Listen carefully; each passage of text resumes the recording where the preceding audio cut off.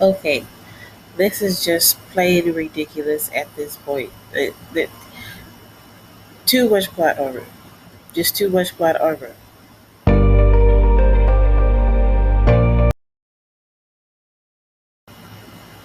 Okay, so Rings of Power, episode 6 and 7.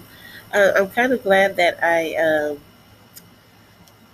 am doing this together because in episode 6 they had the battle, finally a battle, and it was terrible. It didn't make any sense. It was a knockoff Helm's Deep. And it made you very empathetic and sympathetic towards the orcs and the leader or the main villain for the time being, um, Adar, and what he's trying to do, which is, as we find out later through Galadriel's interrogation of him once he has been captured, is a home for the orcs, to a place to call their own. Um, this is just it's just problematic. Okay, it was really just the main focus of the episode was this battle, uh, leading up to with the townspeople of the Southlands. And this is the thing about it: the the writing is terrible, and they're using this one town, this one little group of people to illustrate the entire, you know, scope of the Southlands and these people's plight, of the orcs and all of that. And it's just poorly done. Like, we didn't see a lot of the world building, as much exposition as we've had leading up to this point.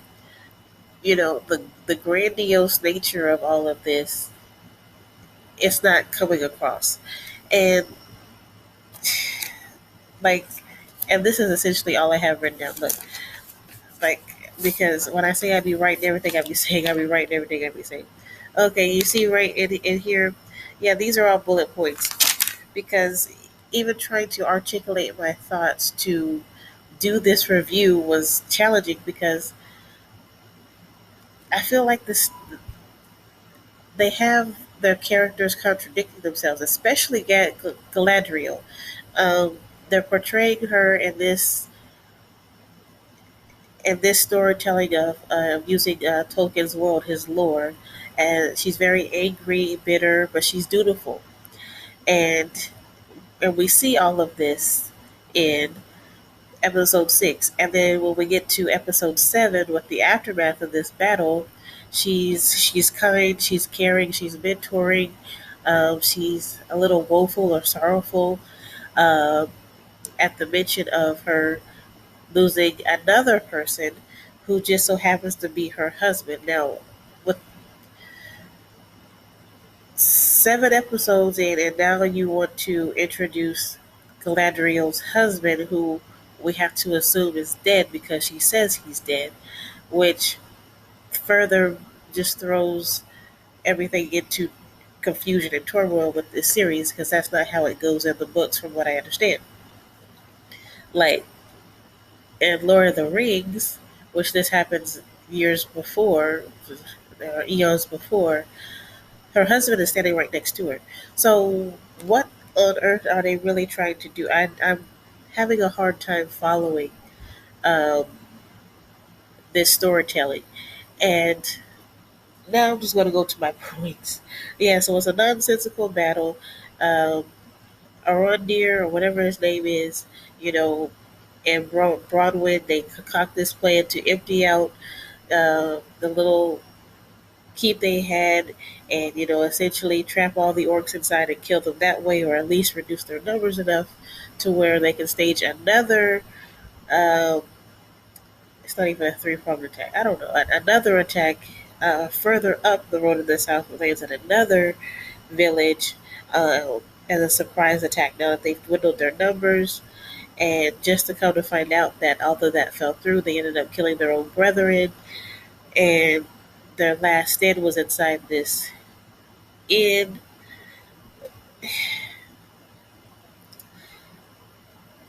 Ugh, just even saying that much was a headache. Okay, all right, fine. Then the Numenorians, finally come to the rescue, and they're riding so hard. We have this panning shot of the Numenorians on their horses riding, just riding through the Southlands to whatever destination. I guess they're just going to ride and slaughter everything that they see because hold on, yo.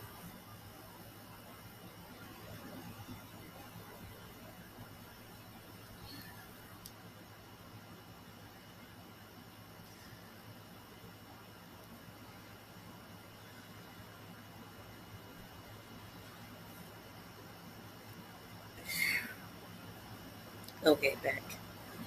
So then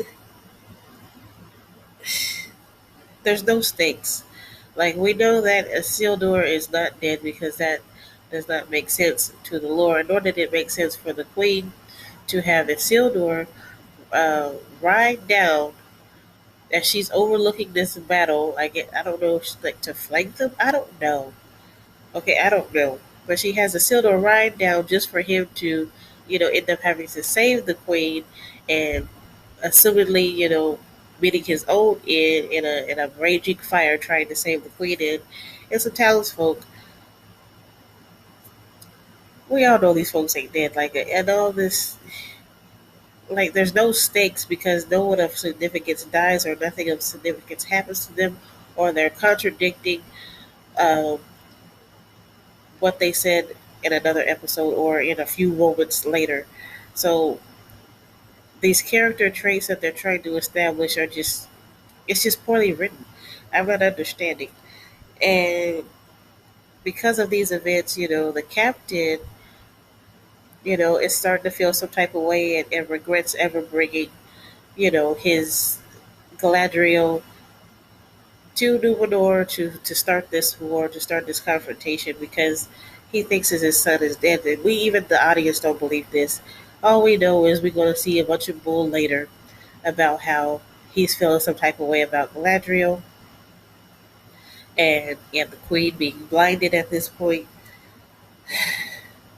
I'm sure they'll find a magician.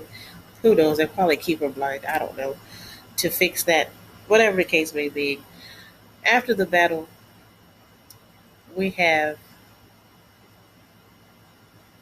the Queen of Numenor and Galadriel going going forth to continue with this alliance. Like we're gonna come back and we're gonna get a real good next time. So this little excursion was just a real like a scouting mission, but you had the Queen get on this boat. It just all right next. And then we have, what's holding this series up really is Durin and Elrond. Durin and Elrond, their friendship, and the elves and dwarves coming to some sort of agreement to save the elves because their light is being lost in this particular rendition of things. Um, the Mithril will help them keep their light or is a source of light so that they don't die out. I'm a little confused on that part. Whatever the case may be, you know, Durin's interaction with his father, that was a very beautiful, intense, and well acted moment. Uh, all of the dwarf and elf stuff seems to be what's holding this series up at this point.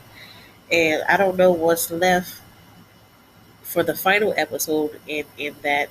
I don't know if, the king finally dies or there's going to be one of his brothers that Durin has to overcome to usurp the throne. I'm not sure what's going to happen in the next episode or the final episode.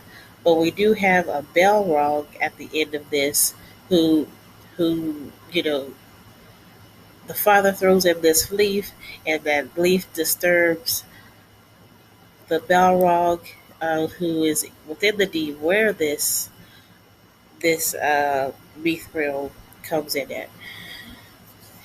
And all I can say is so any source of outside life disturbs the Balrog. I'm I'm assuming that they were trying to infer something there, but whatever. Okay. And then The Harfoots in the seventh episode, Nori and her sister and the old black man who's the leader and the contentious old Harfoot women are going to become this dysfunctional ragtag team to follow after this wizard as he looks for stars. And we still don't know what the stars is about. And I'm assuming that with, Nori becoming wraithified, um, at the end of the episode, we will see something. We'll finally figure out what that's really about. But yeah, even this took too long. I wasn't really trying to take 10 minutes on this. Whatever. All in good fun. But yeah, like so within this first season of the Lord of the Rings, Rings of Power. That's a mouthful. What did we really establish, or what did we really do? Really not a whole lot in the grand scheme of things. We got Nori um, and the wizard breaking traditions of their kind, and they are now going to be on this quest of helping this wizard find or do something. We don't know yet. And we have Durin and Elrond with their camaraderie and the friction between the elves, and hopefully the mithril mining can save the elves from dying. And then we have the Numenor with the plot for maybe a usurpment of the throne, seeing as the queen went across the sea to help the Southlands, and now she's on her way back in a weakened or um, disabilitizing state. And then we have Galadriel, whose character is confused. One minute she's dutiful, angry, and bitter, and the next minute she's a mentor and caring and kind. Like I'm not seeing the harmony of her character being shown here. They have her do too much, and these directors and actors, like I laughed when the king or the captain was crying for his son because it just didn't fit. I mean, there was no weight to it, and we already know that there's nothing. Isildur is not dead. Okay, there was no weight. There's no stakes for the audience to believe what the character is feeling. So X on that. And then we have Bronwyn and the elf. They have decided to you know go forward with their relationship and family with Theo. That's really all we got. And the Southlands becoming Mordor. That's all we got. That's all we got out of these seven episodes. And do I like the series? I'm very middle of the road. It's just something to watch. It's just a fantasy show to watch. That is taking from Tolkien's lore and using some of his elements to tell their own story, and they're telling it very poorly. But that's all. Be safe, be kind, be wise. Bye bye.